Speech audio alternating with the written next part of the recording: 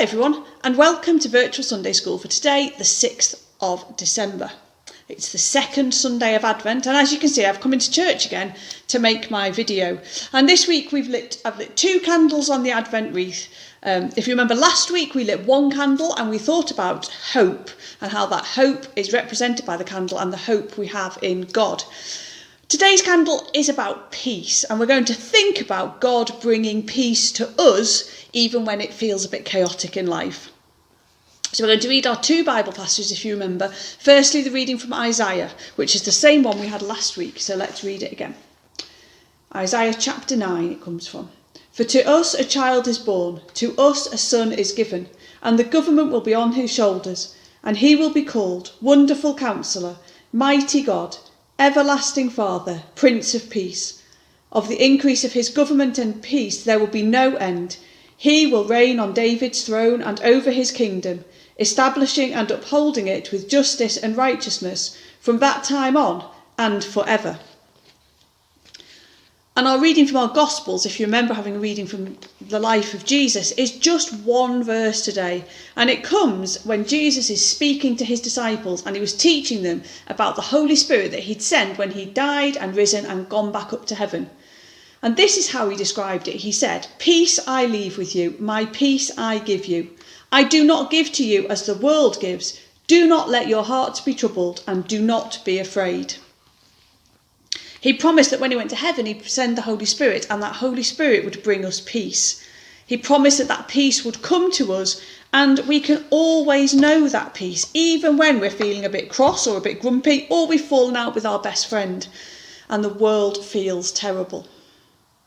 Think for a minute about your feelings and your emotions. Sometimes we feel happy, sometimes we feel sad, sometimes angry, sometimes frustrated or worried or tired or silly or whatever. We've got loads of different emotions going on all the time. When you're angry, have you ever been told to take a deep breath, count slowly to 10, and it'll calm you down? It's a good idea because often it gives us a moment to calm down. It stops us saying something we might regret later. And we concentrate on our breathing rather than whatever it is that's making us cross. But how about this? Instead of thinking about counting to 10, why not pray as you breathe in, asking God to fill you with his peace, because that's even better than counting to 10. For our craft activity this week, you're going to have to make a mess, but you also have to promise to tidy up that mess and not just leave it for somebody else. So what you need to do is you need to get a magazine or a newspaper that's been finished with, so make sure you ask before you do this, and rip one of the pages into little pieces.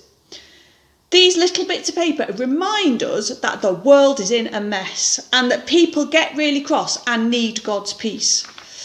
And then on a separate piece of paper, draw a cross shape, like the one we had last week. You can use the same outline if you like, to remind us about Jesus. Now, in that reading from Isaiah, it said Jesus would be the Prince of Peace. So those little bits of paper that remind us of the mess the world's in and how people get cross, we're going to stick them on the cross to remind us that Jesus is the Prince of Peace. And then at the top, if you can find the letters in the magazine or newspaper you've ripped up of peace, stick those on, or you can just write it. And then at the bottom, write the verse from John's Gospel that we read. It's all on your email, so if you've forgotten what I've said, that's fine. It's all there in a bit more detail to help you to know what I write. But that reminds us that the mess the world's in, the mess we're in when we get cross, God's peace is bigger than that. For our prayer activity, this may also not be massively popular with your parents, if I'm honest, but you're going to need a drum or something else that makes a big noise. I'd like you to play some quiet music, then bang your drum for a bit, then stop and listen to the music. Think about the difference between the noise and the banging and the peace and quiet of the peaceful music. And then thank God, say a prayer to thank God for his peace that's always there for you all the time. Now remember, church is open now. We're allowed to have services in church again. So Sunday school starts again next week in real life at 10:30. And this afternoon, don't forget about the Toy and Christingle service at 3:45 in church. I really look forward to seeing you again very, very soon. Bye.